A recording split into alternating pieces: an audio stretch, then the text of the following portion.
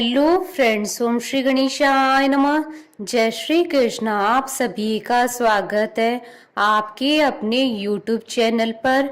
Friends, आज हम आपको इस वीडियो में बताने जा रहे हैं वैशाख शुक्ल पक्ष की मोहिनी एकादशी का शुभ मुहूर्त, पूजा विधि, मोहिनी एकादशी की व्रत कथा, व्रत के नियम, महत्व और मोहिनी एकादशी पर सर्व कामना सिद्धि के लिए किए जाने वाले उपाय के बारे में। फ्रेंड्स, वीडियो शुरू करने से पहले आपसे रिक्वेस्ट है, अगर आप हमारे चैनल पर नए हैं और आपने अभी तक चैनल को सब्सक्राइब नहीं किया है तो प्लीज सब्सक्राइब कीजिएगा चैनल को, साथ ही प्रेस कीजिएगा बेल आइकन को, जिससे नए वीडियो से रिलेटेड नोटिफिकेशन आपको तुरंत प्राप्त हो सके। और वीडियो पसंद आने पर वीडियो को लाइक और शेयर जरूर कीजिएगा ताकि सभी भक्तों को इस वीडियो का लाभ प्राप्त हो सके। और कमेंट बॉक्स में जय श्री कृष्णा जरूर लिखिएगा। वैशाख मास की शुक्ल पक्ष की एकादशी को मोहिनी एकादशी कहते हैं। साल 2024 में वैशाख मास की शुक्ल पक्ष की एकादशी तिथि 19 मई 2024 रविवार के दिन है। साल 2024 की वैशाख मास की शुक्ल पक्ष की एकादशी के दिन 3 दुर्लभ संयोग बन रहे हैं। इस दिन सर्वा सिद्धि योग, अमृत सिद्धि योग, द्विपुष्कर योग का शुभ संयोग बन रहा है। साथ ही इस दिन सूर्य वृषभ राशि में और चंद्रमा मिथुन राशि में रहेंगे। हालांकि पूरे ही दिन अबूझ मुहूर्त होने के कारण किसी भी कार्य को करने के लिए मुहूर्त देखने की आवश्यकता नहीं है। इस दिन किसी भी कार्य को करने से अष्ट सिद्धि और नव निधियों की प्राप्ति होगी और सभी कार्य शीघ्र ही पूर्ण होंगे और आपकी सभी मनोकामनाएं शीघ्र ही पूर्ण होंगी और धन धान्य की वृद्धि होगी। इस तिथि पर भगवान विष्णु ने मोहिनी का अवतार लिया था। सभी एकादशी व्रतों में मोहिनी एकादशी को विशेष महत्व प्रदान किया गया है। इस दिन श्री हरि के पूजन का विधान है। सीता की खोज करते हुए श्री राम ने भी इसी व्रत को किया था। श्री कृष्ण ने भी पांडु पुत्र को मोहिनी एकादशी की कथा कही थी। वहीं महर्षि वशिष्ठ ने भी रामचंद्र जी से भी यही कथा कही थी। संसार को इस मोहिनी एकादशी का व्रत समझाने के लिए भगवान राम ने स्वयं इस एकादशी का व्रत किया था। मोहिनी एकादशी के बारे में मान्यता है कि समुद्र मंथन के बाद अमृत प्राप्ति को लेकर देवता और दानवों के बीच विवाद छिड़ गया था। तब भगवान विष्णु सुंदर नारी का रूप धारण करके देवताओं और दानवों के बीच पहुंचे थे। दानव इनके रूप से इतना मोहित हो गए थे कि उन्होंने अमृत कलश इन्हें दे दिया। मोहिनी रूप धारण किए हुए भगवान विष्णु ने सारा अमृत देवताओं को पिला दिया था। इससे देवता अमर हो गए। जिस दिन भगवान विष्णु मोहिनी रूप में प्रकट हुए थे उस दिन वैशाख मास की शुक्ल पक्ष की एकादशी थी। भगवान विष्णु की इसी मोहिनी रूप की पूजा मोहिनी एकादशी के दिन की जाती है। ऐसी मान्यता है कि जो भी व्यक्ति इस पावन तिथि के दिन पूर्ण विधि विधान से व्रत रखता है तो उसका जीवन कल्याणमय हो जाता है। व्रत रखने वाला व्यक्ति मोह माया के जंजाल से निकलकर मोक्ष प्राप्ति की ओर अग्रसर होता है। इस दिन व्रत करने से अनेक मनचाही कामनाएं पूरी हो जाती हैं। फ्रेंड्स, अब आइए जानते हैं मोहिनी एकादशी के शुभ मुहूर्त के बारे में। हिंदू पंचांग के अनुसार साल 2024 में मोहिनी एकादशी का व्रत 19 मई 2024 रविवार के दिन है। वैशाख शुक्ल एकादशी तिथि प्रारंभ होगी 18 मई 2024 को सुबह 11:22 पर और वैशाख शुक्ल एकादशी तिथि का समापन होगा 19 मई 2024 को दोपहर 1:50 पर। उदय तिथि के आधार पर मोहिनी एकादशी का व्रत 19 मई 2024 को रखा जाएगा। व्रत पारण का समय रहेगा 20 मई 2024 को सुबह 5:37 से सुबह 8:19 तक और हरिवासर समाप्ति का समय रहेगा 20 मई 2024 को दोपहर 3:58 पर। और इस दिन द्विपुष्कर योग, अमृत सिद्धि योग और सर्वा सिद्धि योग का प्रारंभ होगा 19 मई 2024 को सुबह 5:37 से अगले दिन 20 मई 2024 को सुबह 3:16 तक। और इस दिन ब्रह्म मुहूर्त रहेगा सुबह 5:40 से सुबह 6:27 तक। और अमृत काल का मुहूर्त रहेगा 19 मई 2024 को सुबह 10:15 से सुबह 11:49 तक। और पारिवारिक अनुष्ठान के लिए मुहूर्त रहेगा दोपहर 3:42 से शाम 5:16 तक। फ्रेंड्स, अब आइए जानते हैं मोहिनी एकादशी व्रत के नियम। एकादशी के दिन कांसे के बर्तन में भोजन न करें। मांसाहारी भोजन, मसूर की दाल, चने व कोंधों की सब्जी और शहद का सेवन न करें। व्रत वाले दिन जुआ नहीं खेलना चाहिए। पान खाने और दातून करने की मनाही है। एकादशी के दिन चावल खाना वर्जित माना जाता है। मोहिनी एकादशी के अवसर पर श्रद्धालुओं को सुबह से ही पूजा पाठ, प्रातःकालीन आरती, सत्संग, एकादशी महात्म्य की कथा प्रवचन सुनना चाहिए। साथ ही भगवान विष्णु को चंदन और जौ चढ़ाने चाहिए, क्योंकि यह व्रत परम सात्विकता और आचरण की शुद्धि का व्रत होता है। हमें अपने जीवन काल में धर्मानुकूल आचरण करते हुए मोक्ष प्राप्ति का मार्ग ढूंढना चाहिए। एकादशी का व्रत दो प्रकार से किया जाता है, एक निर्जला व्रत और एक फलाहारी व्रत।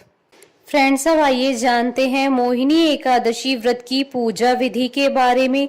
एकादशी व्रत के मुख्य देवता भगवान विष्णु या उनके अवतार होते हैं, जिनकी पूजा इस दिन की जाती है। इस दिन सुबह जल्दी उठकर स्नान करने के बाद सबसे पहले सूर्य देव को अर्घ्य दे, तत्पश्चात भगवान विष्णु और भगवान राम की आराधना करे। घर के ईशान कोण में पीले कपड़े पर पीतल के कलश में जल और फल के 11 पत्ते रखकर उस पर भगवान राम और भगवान विष्णु की मूर्ति स्थापित करें। गाय के घी में हल्दी मिलाकर दीपक जलाएं, चंदन से धूप करें, पीले फूल चढ़ाएं, केसर या हल्दी से तिलक करें व 11 केले का भोग लगाएं।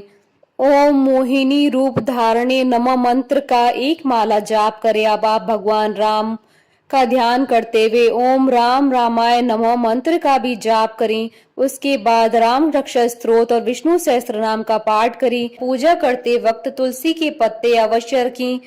धूप दिखाकर श्री हरि विष्णु और भगवान राम की आरती उतारें और एकादशी की कथा सुने या सुनाएं। रात्रि के समय श्री हरि का स्मरण करें और भजन कीर्तन करते हुए जागरण करें। द्वादशी के दिन एकादशी व्रत का पारण करें। सर्वप्रथम भगवान की पूजा कर ब्राह्मण अथवा जरूरतमंद व्यक्ति को भोजन आदि करवाएं और उन्हें दान दक्षिणा दें। इसके पश्चात स्वयं भी भोजन ग्रहण करें। फ्रेंड्स, अब आइए जानते हैं मोहिनी एकादशी पर किए जाने वाले उपाय के बारे में। धर्म ग्रंथों में सभी एकादशियों का विशेष महत्व बताया गया है तथा प्रत्येक एकादशी को करने योग्य समाधान भी बताए गए हैं। मान्यता है कि एकादशी के दिन किए गए उपाय शीघ्र फल देने वाले होते हैं। अगर आपके काम बार बार रुकते हैं तो मोहिनी एकादशी के दिन एक बांसुरी खरीदकर किसी विष्णु मंदिर में दान करें। ऐसा करने से आपका सोया भाग्य जागेगा। इस दिन आप किसी राधा कृष्ण मंदिर में जाकर दर्शन करें और पीले फूलों की माला राधा कृष्ण को चढ़ाएं। इससे आपकी परेशानियां समाप्त होंगी। इस दिन विष्णु मंदिर में पीले रंग का झंडा दान करें, इससे भी आपको फायदा होगा। एकादशी की सुबह पीपल के पेड़ पर जल चढ़ाएं और शाम को शुद्ध घी का दिया जलाएं, इससे आपकी समस्याओं का समाधान होगा। इस दिन विष्णु मंदिर में गेहूं जौ चढ़ाने चाहिए और बाद में थोड़े से गरीबों में भी दान कर दें। इससे परिवार में सुख शांति बनी रहेगी। एकादशी पर दक्षिणावर्ती शंख में कच्चा दूध व केसर डालकर भगवान श्री कृष्ण का अभिषेक करें, इससे धन लाभ के योग बनेंगे।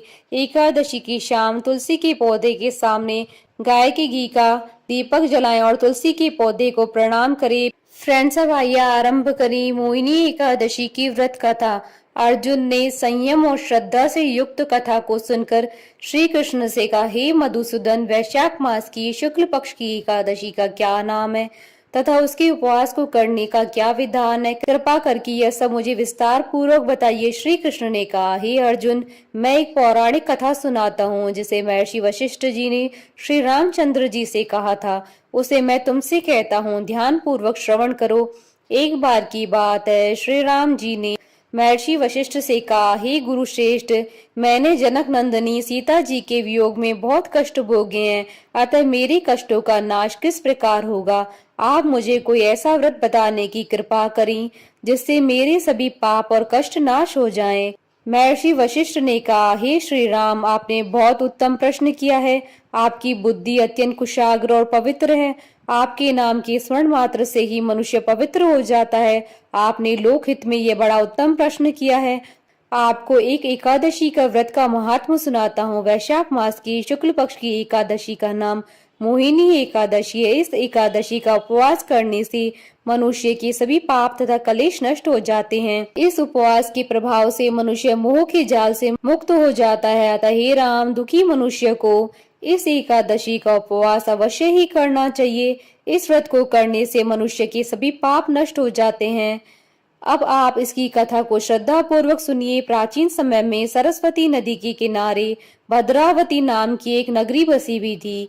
उस नगरी में द्युतिमान नामक राजा राज्य करता था। उसी नगरी में एक वैश्य रहता था जो धन धान्य से पूर्ण था।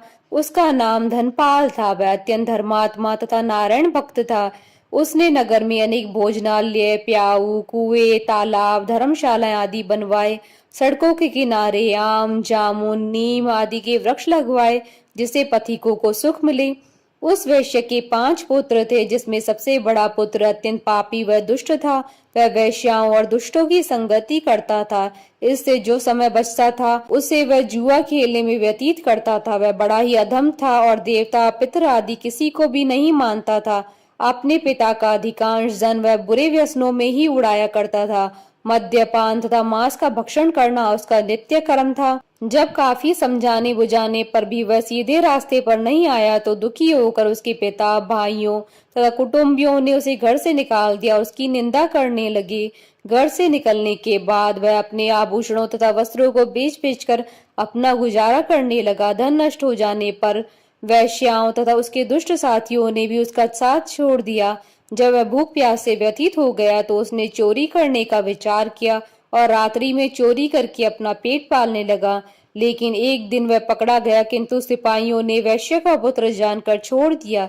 जब वह दूसरी बार पुनः पकड़ा गया तब सिपाहियों ने भी उसका कोई लिहाज नहीं किया और राजा के सामने प्रस्तुत करके उसे सारी बात बताई।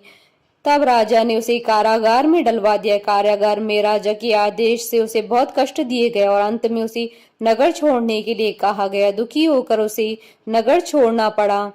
अब वह जंगल में पशु पक्षियों को मारकर पेट भरने लगा। फिर बहेलिया बन गया और धनुष बाण से जंगल के निरीह जीवों को मार मार कर खाने और बेचने लगा। एक बार वह भूख और प्यास से व्याकुल होकर भोजन की खोज में निकला और कौंडिन्य मुनि के आश्रम में जा पहुंचा। इन दिनों वैशाख का महीना था। कौंडिन्य मुनि गंगा स्नान करके आए थे। उनके भीगे वस्त्रों की छींटे मात्र से इस पापी को कुछ सद्बुद्धि प्राप्त हुई।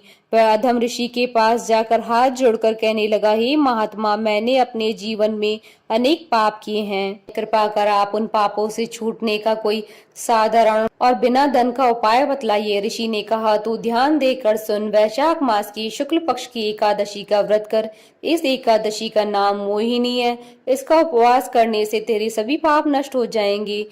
ऋषि की वचनों को सुन वह बहुत प्रसन्न हुआ और उनकी बतलाई हुई विधि के अनुसार उसने मोहिनी एकादशी का व्रत किया। हे श्री राम, इस व्रत के प्रभाव से उसके सभी पाप नष्ट हो गए और अंत में वह गरुड़ पर सवार हो विष्णु लोक को गया। संसार में इस व्रत से उत्तम कोई दूसरा व्रत नहीं है। इसके महात्म्य के श्रवण व पठन से जो पुण्य प्राप्त होता है वह पुण्य 1 सहस्त्र गोदान के पुण्य के बराबर है। कथा सार, प्राणी को सदैव संतों का संग करना चाहिए। संतों की संगत से मनुष्य को न केवल सद्बुद्धि प्राप्त होती है अपितु उसके जीवन का उद्धार हो जाता है। पापियों की संगत प्राणी को नरक में ले जाती है। बोलिए भगवान विष्णु की जय, सनातन धर्म की जय। हमारे साथ इस वीडियो में अंत तक बने रहने के लिए आपका धन्यवाद। ओम श्री गणेशाय नमः। जय श्री कृष्ण।